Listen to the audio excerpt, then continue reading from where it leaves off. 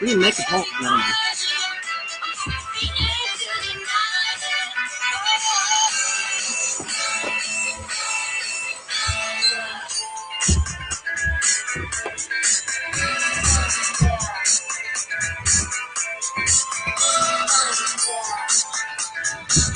Alright, so I have a mic. Oh, we're just doing Snowball. Snowball. Hi, everybody. Thank you for joining. We have a couple minutes left. 30 seconds.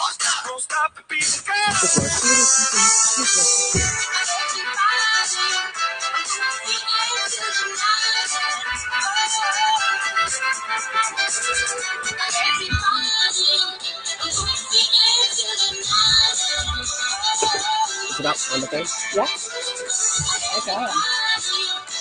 I'm going to say it's in the 15. Okay. I started with one. So I don't know if you did. Oh, that's right. That's okay.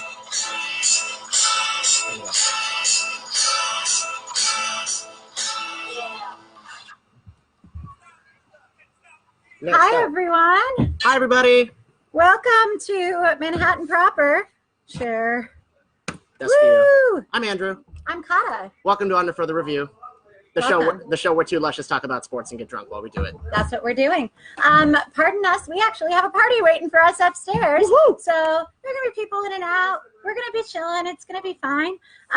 But thank you especially today, of course, to Manhattan Proper as always, but to Gem and Bolt Mezcal. They are sponsoring our party, and we'll be drinking their stuff today on the show. They've been so kind to donate a couple cases of stuff to us, and they've been really great. So we're having a lot of fun. Can't wait to drink their stuff later. We have so many people watching. This is so cool. I love it. Awesome. We're streaming live on the TVs upstairs. We are streaming live upstairs. You can see the people behind us and around us getting ready for the party. It's Exactly. so exciting. It really is. I'm so pumped. But we're giving you an hour-long show today, approximately an hour. We had to start a little late because of some technical difficulties. But we're here now. And so let's start with cheers. Cheers. The typical, the green tea shot? The green tea shot to start. Cheers, Yes, absolutely. of course. Party! Woohoo! And then That's for you. I went ahead and made a Paloma. Ooh, yeah. With our Gem and Bolt. Ooh, this is going Just really donuts. well. Yep, just do it. Just do it. There's a rag over there in that bin. You're into that? Kinda. Oh my. This is a real thing. She's shaking. She's having a weird day. Just, it's going to be okay. We're here now. We're going to talk about sports.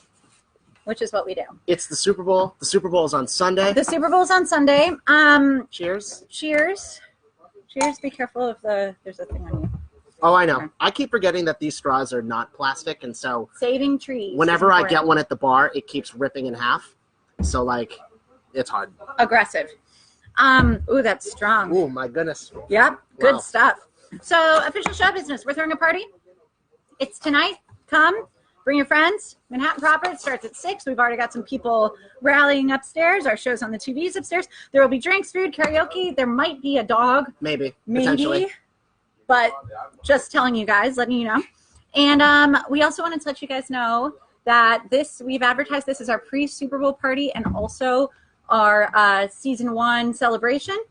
That said, today is not our season finale. Our season finale is March 11th.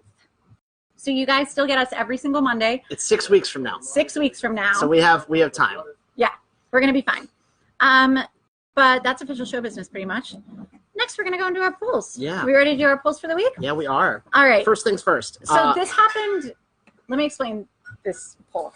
We went to a showing of Always Late with Katie Nolan. Props to Katie for being cool and being awesome and saying hi to us after the show. Yeah, she was really cool.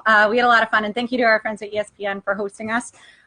There was a moment where they had to go back and reset the teleprompter. There was a pause. It was awkward, and I yelled, "Hey, Katie!"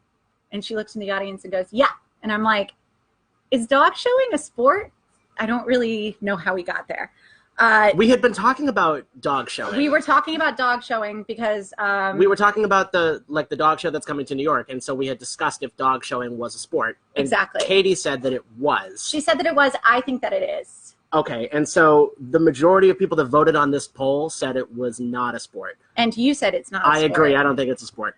It is a sport, and to prove it... It's a show. just to keep proving it to you was guys, bothering me too. we actually are doing a show from the Westminster Dog Show. We're going to the dog show. We're going to the dog show, and we're going to be doing a show for you guys on February 11th. You texted. It's the week after the Super Bowl. You texted me and said, "Guess what I got?" And you sent me an email that says that our media credentials were approved. People think that we're famous guys. So we're going to be backstage, I hope, at this thing. Yeah. Giving interviews to people, hopefully. And dogs. Asking dogs about sports. We'll post a lot of photos about the best dogs that we saw at this thing. Yes. It's going to be a lot of fun. Yeah. So, but 42% of people said the dog showing was. 58% of you said it was not. Thank you. Let me tell you why it's not a sport. It's because it's got the word show in the title. It's a dog show. Halftime show. There's no score at the end of the halftime show. Halftime show. Go on. All right. The difference between a show and there is a score at the end of the dog show. Is there? Yeah. Is there a winner? Yeah. But aren't there like multiple different prizes that one can get for being in the dog show? There are different categories, and then all of those categories, the winners of those categories, come together to compete for best in show. I don't know how it works, but you're gonna have to learn because we're going to the dog show. I guess I am. Yeah. Hi, Chelsea. Hi, Chelsea. Chelsea says she hopes a greyhound wins. The greyhound always wins, Chelsea. Chelsea has 2 greyhounds. I love greyhounds. They are majestic. One of them does the best sit. Really? Yeah, she has one dog named Carol, and she'll sit. Carol's and she'll be like, greyhound. "Look at me, I'm Carol. This is my sit." And then there's Medusa, who's kind of like the evil twin, sort of, I think. And she kind of is like looks at Carol, and she's like, I love greyhounds. People say they smell bad, but I think I don't matter. It doesn't matter. Shout out to Medusa and Carol. You're the best. Shout out to Medusa and Carol and Chelsea, our Boston correspondent. But for sport, sports. There are typically 2 teams in a sport, and there's a score and a winner at the end. A score that everybody knows about, and not just like a panel of judges determining what the best is. You know? I can change your mind. What about golf? Golf is the same thing. It's not teams competing against each other. Yeah, but it's individual clubs competing against each other. I think dog showing is a sport. And also, I don't think it's really a test of endurance for the human. It's more of a test of obedience for the dog. It's really just about how well that the human can lead their dog around, you know? I don't know. Those are my thoughts on dog shows. I think you're going to change your mind after the 11th. This is true. I don't know. We'll see. We'll see what happens. Bye, Leo. Thank you. Leo's leaving.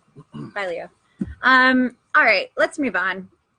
This is actually our most popular poll ever. This one got 58 votes, and it was the most important poll we've ever posted. All of them should be getting 58 votes. So vote better, y'all. Exercise your right. I think it's because people recognize the 2 logos of the teams. I think that's fair. Yeah, we did post pictures with this one. But the question was, who will win the Super Bowl? The correct answer was the Patriots at 74%. Do you like our jerseys, by the way? Oh yeah, she went out and bought this one because I didn't go out. Chiefs. Remember, you were over. I got wasted, threw up, and then spent like $100 on this Jared Goff jersey. You're insane. It's not even the one they're going to use in the game. I know, and it's a child's large. Thank God it fits. Which means that it was cheaper, though. Yeah. Right. Yeah. Which is good. The original was like $300 or something. Whatever. Anyways, 74% said the Patriots would win. 26% said the Rams would win. Yeah, it was. We're going to talk about this in a little bit. We will get into that. The next one, Andrew and I sat and pondered for about 30 minutes today when he was hanging out with me and we were preparing for this party how we got to this conclusion. I could not figure out how we came up with this poll because we were hanging out together. We were, but we can't remember what happened, and it was after the show last Monday, and we were probably just wasted and don't remember. Anyways, the question was, have you seen Star Wars? 82% of you have seen Star Wars. Including me. 18% of you have not seen Star Wars, including me. Okay, so I want to know your reasoning as to why you haven't seen it yet. My parents were never into it. Okay. And it came out big time in the heyday of me being a child. So my parents would have been already been into it. Yeah. Okay. But Mike was never into it? You never had a boyfriend or whatever who was into it? I had a couple of boyfriends who were into it. They never made me sit down and watch them. Gotcha. I really didn't have much interest. Now I feel like I'm missing out on a huge cultural phenomenon. I have read Carrie Fisher's book. Okay. Good. I'm glad. I would say that it's important at least to watch the original trilogy, at least to watch A New Hope, Empire Strikes Back, and Return of the Jedi. That's what everyone says. It's not crucially important to watch any of the prequel trilogy, and I suppose that the sequel trilogy is really just like bonus material if you're into it. But I would say that it's important for you to watch the original trilogy because they're great. They're timeless, and there's just so many great things about them. You have young Harrison Ford and young Carrie Fisher and young Mark Hamill. Well, so many great moments that like the greatest plot twist in the history of film is in Empire Strikes Back. Right. Truly. My good friend Mike, not to be confused with my boyfriend Michael, friend of the show and boyfriend Mike and Michael. He is coming to the party tonight from Connecticut. Oh, so all the way from Connecticut. We're gonna be seeing lots of old friends tonight. And he's a big Star Wars fan and consistently gets on me about how I have not watched Star Wars. Chelsea just sent you pictures of her dogs. Oh man. Oh shit. Look at the muscles on these things. And there's the two of them together. That's Carol and that's Medusa. I would have assumed. Yes. Medusa has that snake-like coat. Correct. I love that. Thanks to Chelsea for those pictures. Let's move ahead. What makes you more mad? Everything makes me mad. Everything makes us both mad. We are career cynics. This is what we do. The last 10 minutes leading up to the show were so stressful. Oh my god! After I was at we had a power outage because of our DJ, Marlon Morris. You're amazing. We love you, but you shut down our power. I was here at noon, and at 4:45. 15 minutes before the show started, the whole world it was like the beginning of like the newsroom or something like that. It was a nightmare. It was crazy pants. But what makes you more mad? The Rams stealing the win from the Saints or the Pats winning, period. This vote was skewed. Was it? Yesterday it was the other way around. But right now, how was it skewed then? It just flipped then. Well, that's what I mean. 23 votes? So the Rams stealing the Saints is 52%. Yep. And the Pats winning, period, is 48%. So which one did you vote? I did not vote in this poll because I said the Pats winning, period. Yeah. Which is why I'm wearing a Rams jersey. I really do feel bad for the Saints. I still have all of those feelings. You're just bitter. I hate the Patriots. Yeah. I love you. I hate the Patriots. Can we talk about this coin flip thing for a minute? Do you have thoughts on the coin flip thing and about how people are arguing that like the overtime rule should be changed because the Patriots won a coin toss? Yes. So it was the Super Bowl last year, or the Super Bowl 2 years ago. We talked about this last week, though. I know that, but like I want to just discuss it a little bit more because we have a little bit more time today. The Patriots won the toss in the Super Bowl and drove down the field and scored. They won the coin toss in Kansas City and went down the field and scored. Mm-hmm. And what was the other one? There was a third one. I don't remember. But I can remember that in the other two games. Atlanta? No, not that one. I can remember that in those two games, the other team won the toss at the beginning of the game. So I don't understand why people are complaining that the coin is weighted or some bullshit like that. Oh, I don't believe the coin is weighted at all. I don't think that's the issue. I think the simple issue is that if you win the coin toss, automatically you're set up to win. Yeah, but if you're the better team, which Kansas City was, you should be able to make a stop on defense. Sorry. You should be able to. But they don't have the better defense. Okay. They're the better team, though. They earned it by getting home field advantage in the playoffs. I would like for someone to take note that Andrew said that Kansas City is the better team. They were the better team. They are the better team. Someone out there, Chelsea, you're watching. They finished 13-3. They are the better team. All right. The Patriots just happened to play a better game. This is a very special conversation that I would like to table for another day. Why? We're about to move into the Super Bowl talk. Well, then let's move into the Super Bowl talk. Fantastic. Because ultimately, the Patriots won. I don't think I didn't have any issues with the Patriots winning necessarily as an idea. It was fair. It went with the rules as opposed to what happened with the Rams and the Saints. That said, you're just bitter because you're from New York and you're a Giants fan. All right. Am I right? Super Bowl talk. So the line on the Super Bowl increased to 2.5. Last I checked, it's now 2. It went down. It went back to 2. It went back to 2. Yes. That was the last that I saw. I just lied to someone upstairs. In favor of the Patriots. They'll see it on ESPN. Maybe it changed or something. Is it too high? Is it not high enough? What are the keys to the game for both teams? I want to let you start. Okay, so I don't know that at first glance, I think that the spread wasn't high enough. I think the Patriots are playing better football right now. Okay. which I think is the most important thing heading into the game. Momentum. It's all about momentum. I get that both teams have a week off. I understand that, but I think that they're playing better football right now. Okay, but here's an argument that I want to throw at you. Better football, like that term is so relative, and I think True. Yeah, it is. The interesting thing that I'm thinking about right now is that the Saints the entire season have played the same language of football throughout the whole regular season, and then they get into postseason and they're in the playoffs, and suddenly it's almost like they've completely reconfigured the kind of football that they're playing. Their pass rush is so different. Their defense is their offensive line is so playing incredibly. Different. Yeah. They've switched between 3-4 and 4-3 on defense. They're really just kind of stirring the pot of what we've known the Rams to be, which makes me feel it makes me feel like they're going to really adapt to the Patriots.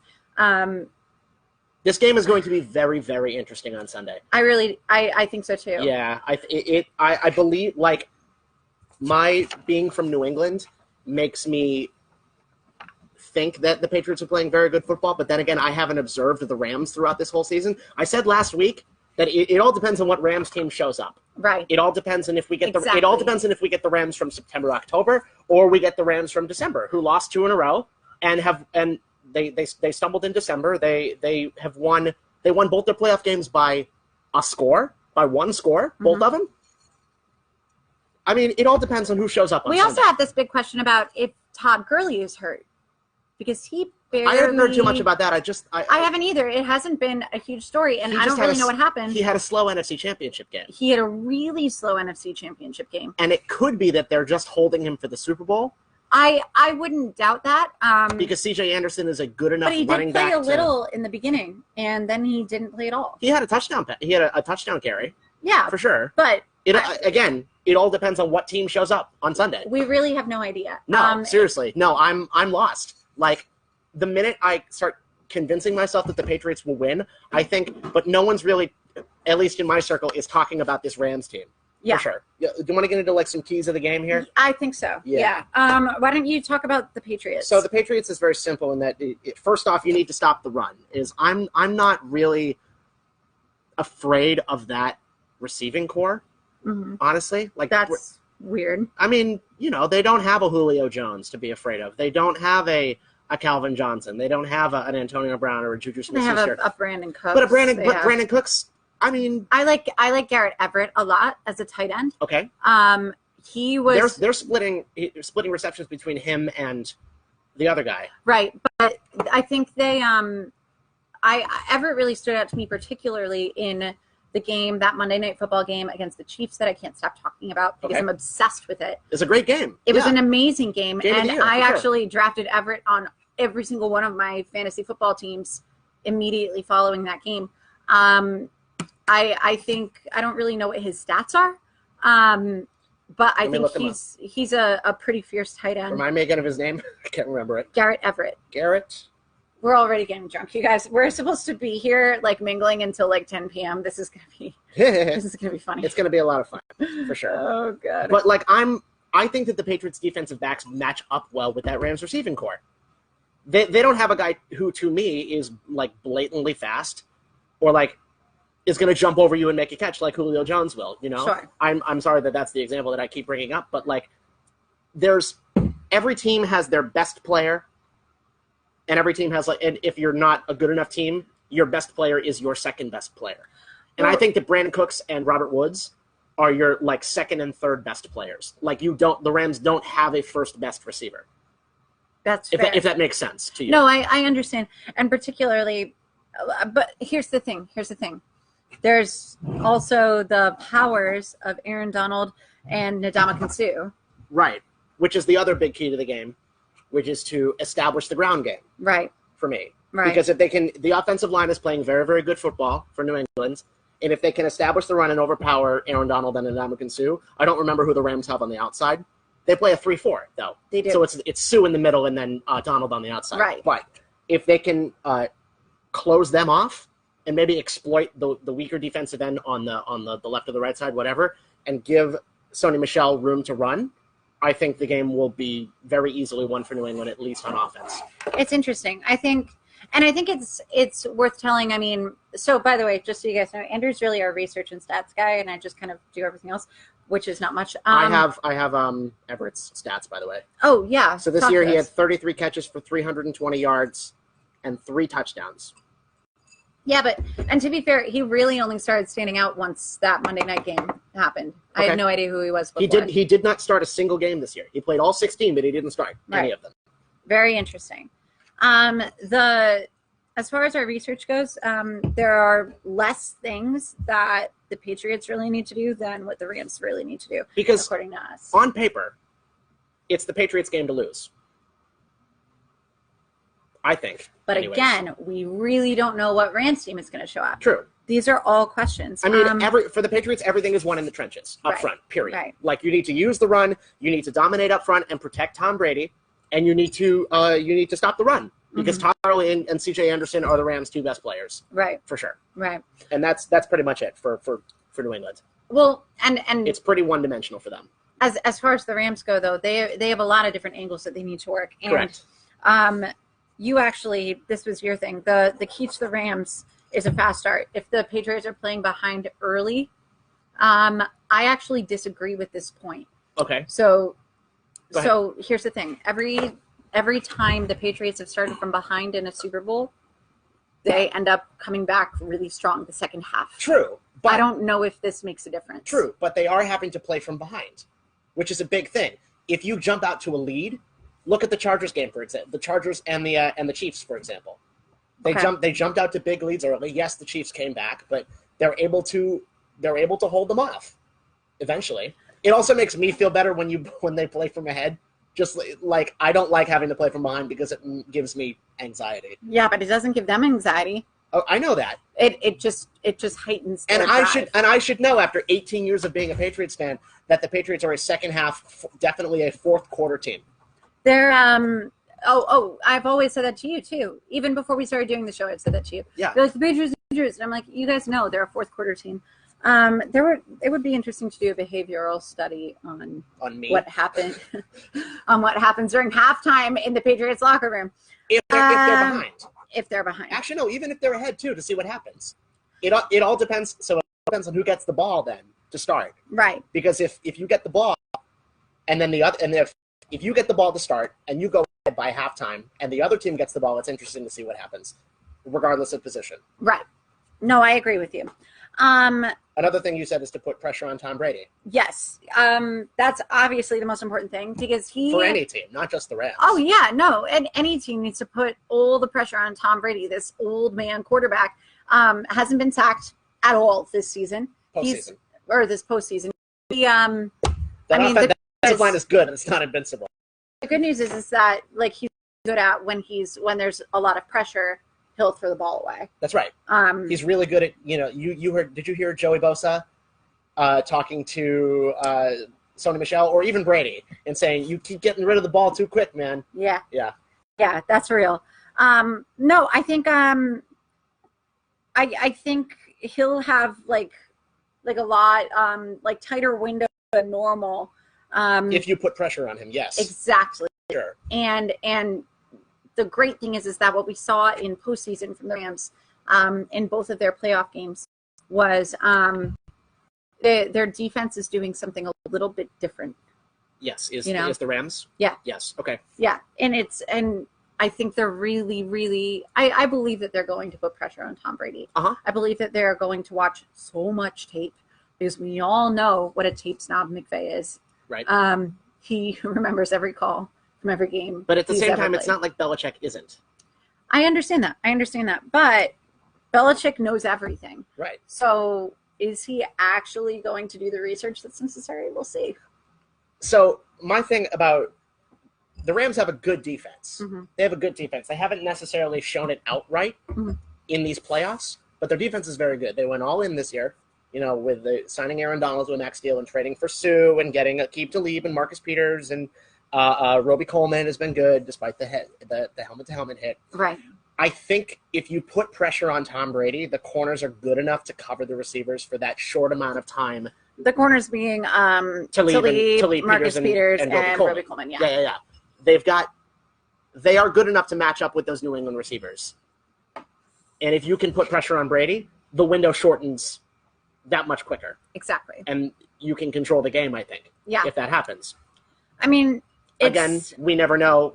We don't know what Belichick has in store. And we don't know what McVay has in store. We have no idea. As we're sitting here, it's becoming like a conspiracy theory. Like, we don't really know what team is going to do what. We have no idea. By the way, how good do my nails look on the screen? Look at them. They're blue. You guys can't see on the podcast. Look at them over there.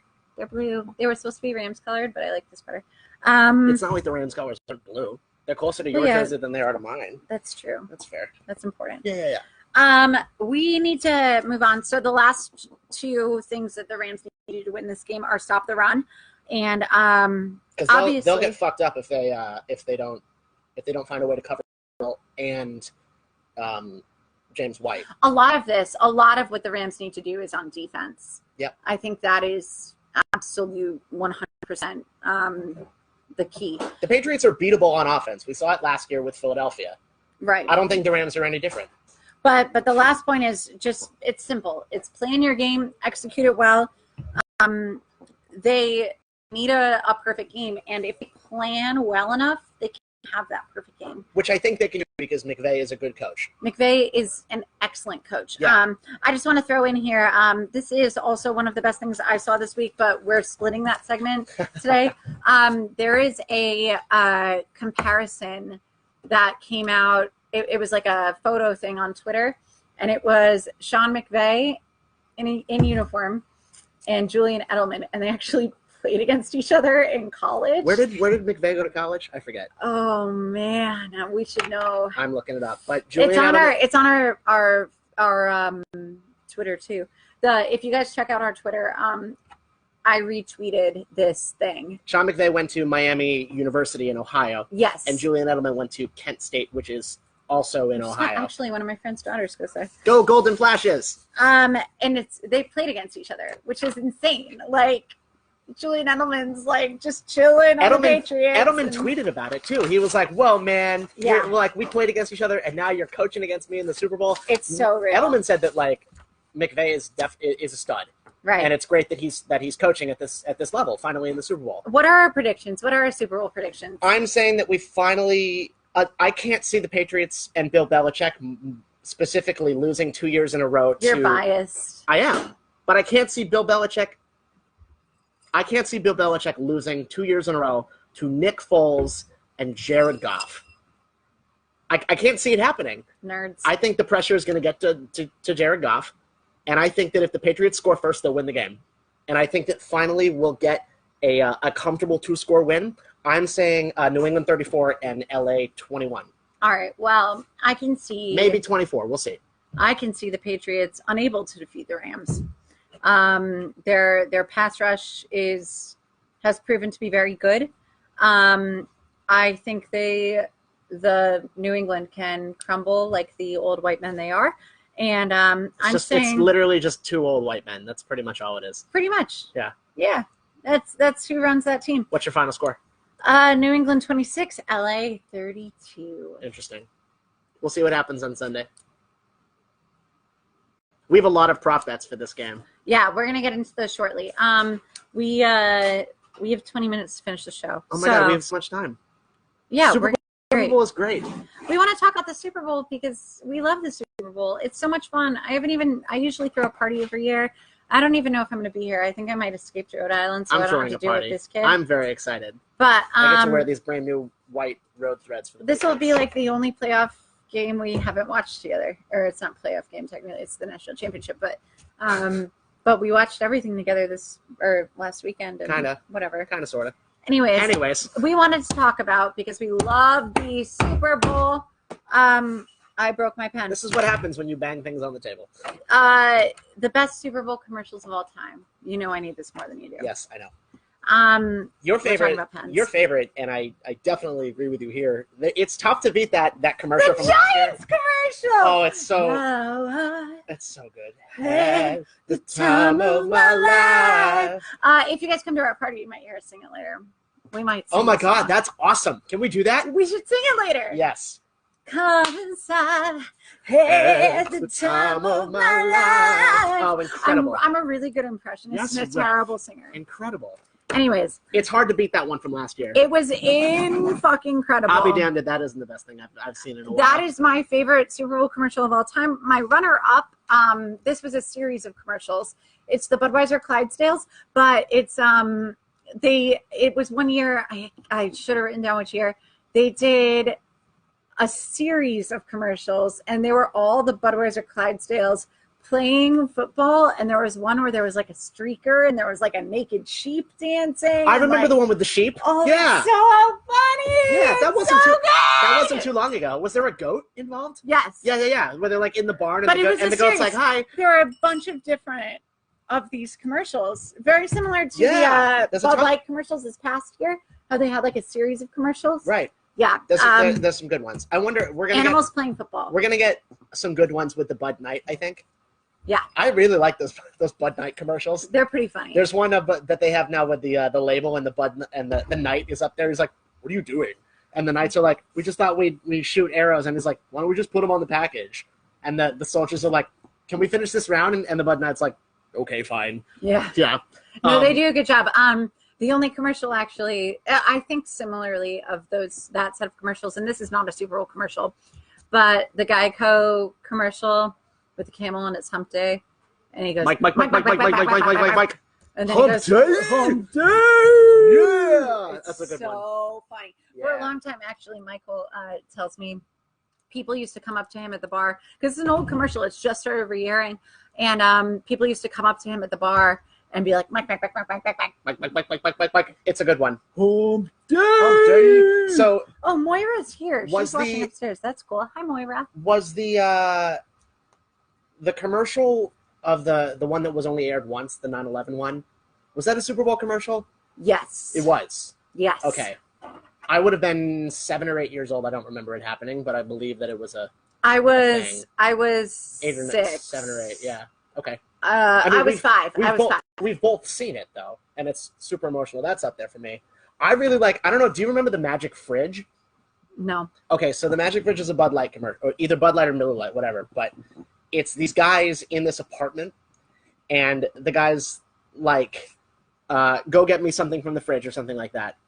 And the guy opens the fridge, and there's nothing there, but the fridge is on a swivel with this party that's going on next door. Oh, and the fridge, I have seen this. The fridge swivels around, and it like inexplicably, and it's the other guy comes and opens it up, and it's stocked full of Bud Light. Mm-hmm. And so he brings his other friend over, and the fridge has inexplicably turned around again, and the Bud Light's gone.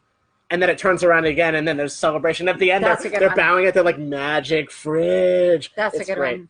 Have you seen the one for Heinz with the little dachshunds dressed up as hot dogs? Yes! It's such a good one, and they're running toward their owners, and their owners are dressed as ketchup, and there's a little kid who's a little ketchup packet, but the little hot dogs are running across the thing. It's so cute. What else? I mean, the 1984 Apple commercial. That's like a legend. You've seen that one, right? No. It's a really legendary one. You have to watch it. I like the new Pixel commercial for Droid. Come along, get your heifer love. Oh, is that the one where all the people in the colored morph suits are running? Days gone by. I like the one for. Come. I like the one for Bacardi, where it's the dancing feet. You know what I'm talking about? Yeah. It's got that really, really catchy tune. No, I'm gonna die. We have to finish this. Oh my god! All right, fine, hit me. We don't have to chug the thing. There's another good one that's what up. That's the Bud Light one. Oh, that's legendary. The wow. That's a good one. Doritos has a bunch of good ones. Really famous one from McDonald's of Larry Bird and Michael Jordan playing a horse. Hang on one sec. That wave is for Moira. Sorry, she's watching upstairs. Hi, everybody watching upstairs. Us, there's a bunch of people that are here. Super duper early. Anyways, that's the WhatsApp is good. The WhatsApp. Also, we got the Betty White Snickers commercial. Oh my God, Kara from Gem and Volt is texting me. She's sending us pictures. Oh, look at it! Hi, Kara. Everyone's upstairs. I feel like we're missing out. Yes. Okay, wait. Keep going. Okay. Keep going. Yeah, I mean, we got the Betty White Snickers commercial. Oh, so good. Yeah. I love everything Betty White. When she dies, what do you think will happen? I feel like businesses will close. Don't say that. Businesses will close. Betty White's never going to die, though. She's not. Oh. She's a national treasure, that woman. Oh. Her and Abe Vigoda's in that commercial, too, and he's wonderful. Let's move on. Damn. You watched the Pro Bowl this weekend. I did. For some fucking reason. I only turned it on halfway through. What a dumb game the Pro Bowl NFC is. was being blown out by the AFC, and I just there was one story about it, and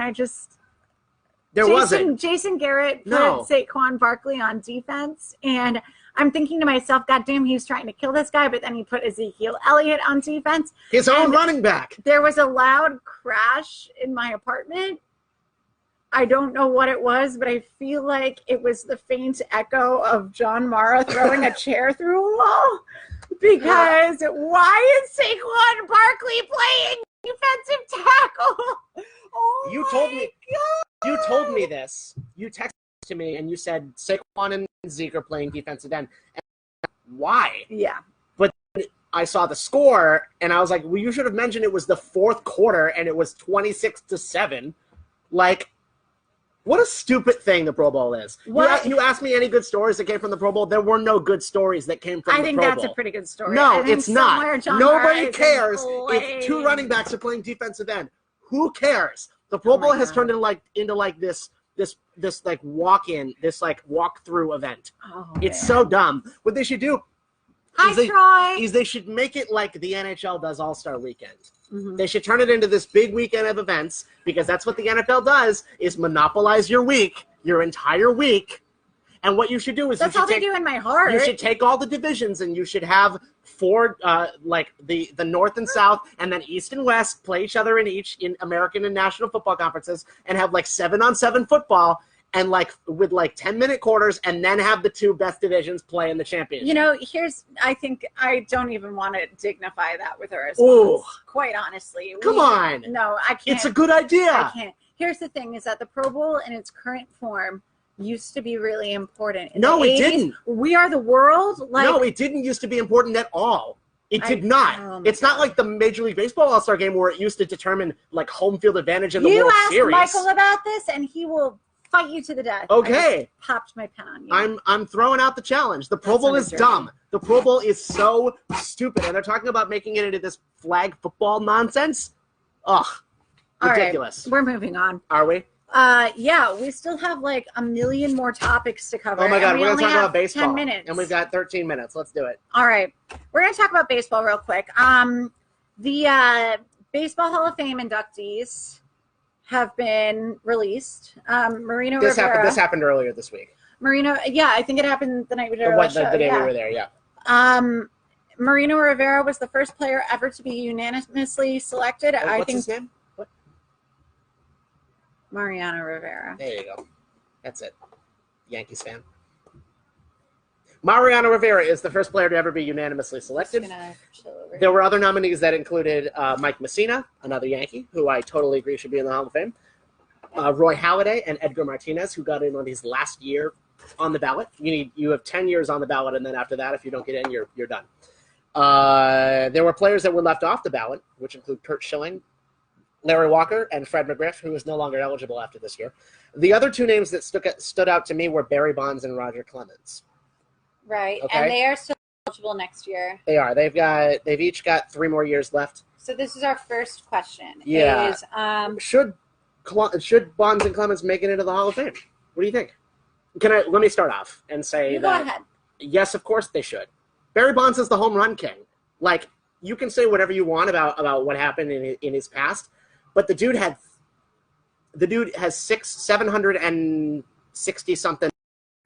He's the home run king. Roger Clemens is a legendary pitcher whose career spanned 20 years and has more than 300 strikeouts. He's one of the first players to have 20 strikeouts in a game. I think they both should be, and also Roger Clemens is a former Yankee. I think they both deserve to be in the Hall of Fame. I have one word, and that is... Lean into the microphone. Steroids. That's what I got for you. Is Mark McGwire in the Hall of Fame? Good question. Hey, look. I think he is. Barry Bonds had 3 MVP awards before the steroid thing happened with Pittsburgh, before he started juicing. I'm just saying. That's all. That's all. All right. Well, next year, there are a lot of people up for entry on the ballot in addition to Clemens and Bonds. Will you read off the people including, who are still on the ballot? All right. So people who are still on the ballot, who are on the ballot this past year, are Kurt and Larry Walker, Omar Vizquel. Omar Vizquel. Thank you. Yep. Manny Ramirez, Jeff Kent, Scott Rowland, Billy Wagner, Tom Helton, Gary Sheffield, Andy Petit. Andy Pettit. Damn it. God damn it. I am so drunk. You got to get into more baseball. Here's a former Yankee pitcher, too. What are you doing? Sammy Sosa and Andrew Jones. That is not a typo. That is how his name is spelled. I know. Yeah. I know. I looked it up. There are also a bunch of first-timers who are coming in next year, which I'm real excited about, headlined by the captain, Derek Jeter. Bobby Abreu is on the ballot for next year, Jason Giambi, Cliff Lee, Rafael Furcal, Eric Chavez, Josh Beckett, Alfonso Soriano, Carlos Pena, Paul Konerko, Raul Ibanez, Marco Scudero, and Adam Dunn. What are you writing? I know. Yes. Okay. So I want to know who your picks would be if you were picking the Hall of Fame people for next year. I'm not even going to dignify giving picks because I'm not qualified to do that. No, I'm not either. I have one thing to say. I definitely think that Derek Jeter has the potential to also be unanimously elected to the I don't know about unanimously, but he will be in the Hall of Fame first ballot. Absolutely. I think there's a good shot that he will be unanimously selected. Okay. That's fair. So I think in addition to him, I have 3 more that I think will be elected to the Hall of Fame. So before you say this, I want you to know that you just told me that I don't think they should. Okay. But that you think that they will. You think Bonds and Clemens will both get in next year? I think Bonds and Clemens will, also Sammy Sosa. Sammy Sosa. Okay, I'm here for it. I like Jeter, absolutely, 100%. I think Barry Bonds gets in next year. I think there's a lot of ruckus that's been had about him getting into the Hall of Fame, and I think that he finally gets in next year. I think Larry Walker gets in on his last year on the ballot. I also think maybe, I'm going to say maybe for Sammy Sosa, but I think that Roger Clemens gets 1 more year on the ballot, and then he'll finally get in. So ask me again a year from now, and we'll talk. Well, hopefully we'll be here a year from now. But I certainly think that Barry Bonds and Roger Clemens are worthy of being in the Hall of Fame. Yeah. They are pillars of baseball. They have made baseball what it is. They are part of the history of the game. I think that eventually Pete Rose should get in as well. I don't know. Again, I'm not a baseball writer, so I don't know who should get in, but those are my selections. Maybe one day we'll get to select them. Ugh. Maybe someday. Well, you will. I'm not a baseball writer whatsoever. So yeah. We'll see. We gotta get you into that more. Yeah, I care about it during playoffs. There are too many games. All right. Let me tell you about the best thing I saw this week. Can I do that? Yeah, and then I'll tell you about the dingus of the week. Great. So I went to boxing. I went to a boxing event on Saturday night at the Barclays Center. Oh my Number Lord. 1, I'd never been to the Barclays Center before. Okay. It's gorgeous. I actually have been once, and it was for a Green Day concert. Wow. It's beautiful. A beautiful arena. It really is. For sure. Yeah. It's small, but it gets the job done for sure. I'd go back there for a game or something like that. It is very small. It is surprisingly small. Yeah. So I saw. Yeah. I went to boxing, and I went and my friend got tickets for Premier Boxing Champions on Fox, and we saw this wonderful heavyweight bout. We saw a couple. So we saw this guy from Mongolia, Tuksto. His name is Tuksto. Don't fuck it up. I'm gonna fuck it up. Yeah. All right. So the guy's his name is King Tug. His nickname is King Tug. Okay. And he's a super featherweight or something like that. And he knocked out his opponent, or beat his opponent rather, in 12 rounds.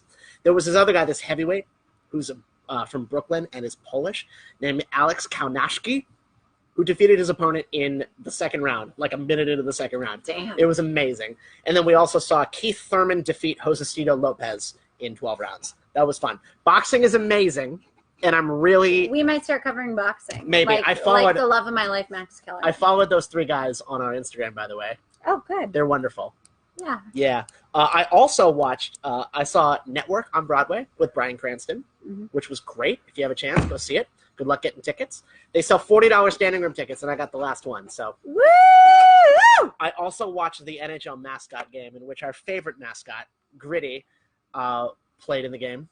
Gritty's amazing. Lots of fun, very silly. My blind date with Gritty, never forget. A very filthy gin martini. I will never forget. A truly filthy gin martini. And you have a dingus of the week, is that right? I do. First off, as far as best things I saw this week, I did see something. On Friday, Mike bought us tickets to Pretty Woman. He loved it. I did not love it, but I liked it a lot. Ugh, I want to see Pretty Woman. It was actually very lovely as far as the show goes. Or as far as the movie goes. I'm a big fan of the movie. So that's why he got us tickets for Christmas. I have a dingus of the week, and that is Jamal Adams going after the Patriots mascot. Poor Pat Patriot. He didn't do He went anything. to the hospital too. He didn't do anything to deserve that, which is okay. So I saw this, and they were messing around after that happened too. Well, here's the thing, though. It's not like he hit him once and then he went to the hospital. Here are my things with this. Is one, if it's something that's been arranged, like if Jamal Adams had been like, yeah, like going after the Patriots mascot, blah, blah, blah, and like talk to him about it, then like that's one thing. But he sent this guy to the hospital.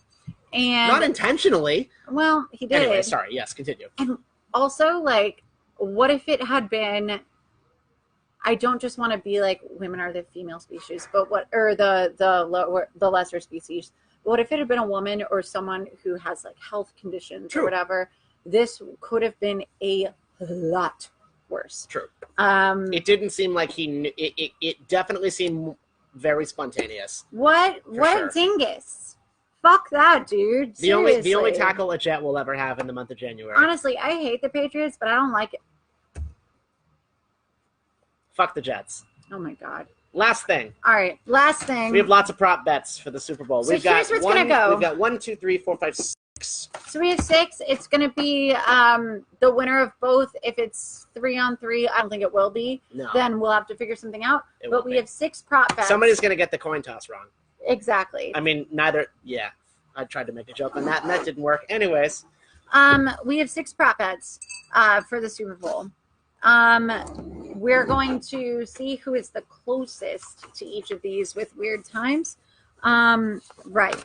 So the first one is, how long does the national anthem last? Okay. So Gladys Knight is doing the national anthem. 74-year-old Gladys Knight. She will be pipless for this performance. Mm-hmm.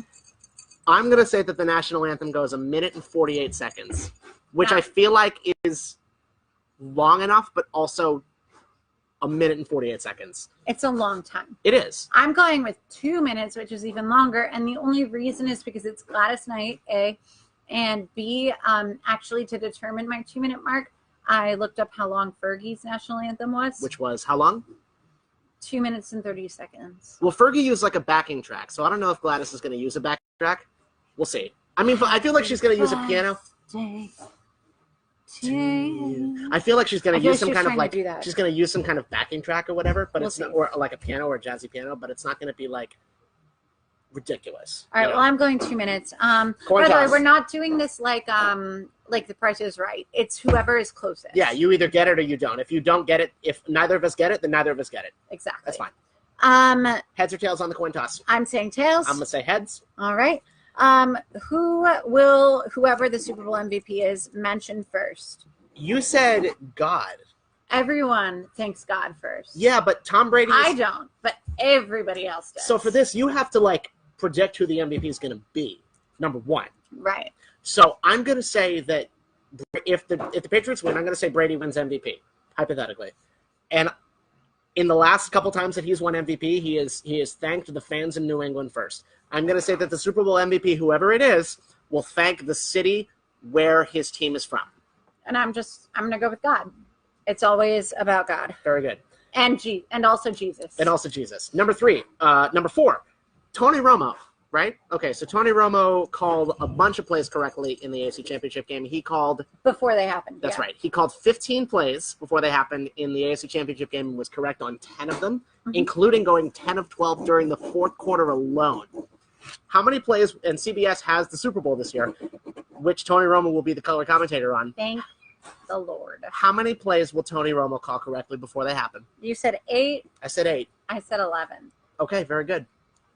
Will a non-quarterback throw for a touchdown? You said no? I said no. Well, I said yes. Who's it going to be? I thought, actually, if the Saints had made the Super Bowl, it is an obvious yes. That would absolutely 100% happen. I'm sitting up there watching ESPN, right? And I see Julian Edelman. I saw they did a double pass. I was going to say, Julian Edelman is going to be the one who does it. I think they haven't pulled it out this postseason, and I think this is going to be the one where they pull it out. I hope it doesn't go for a touchdown because then I'll lose. Right. But I think we might see a double pass this Super Bowl for sure. We'll see. Finally, so the Rockets, James Harden has been on a tear recently. He's had a couple 50-point games in a row. He plays against the Nuggets on Saturday night, the 2nd. The Super Bowl is on the 3rd.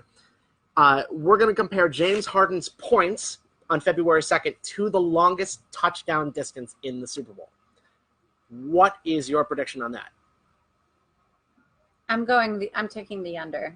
So you're saying that the longest Super Bowl touchdown will be more than James Harden's points. Right. I am hesitant to take the under. Okay. But I'm going to take the under because I know that you want the over. It could be. I mean, I do want the over. So it's got to be at least over 50 for sure.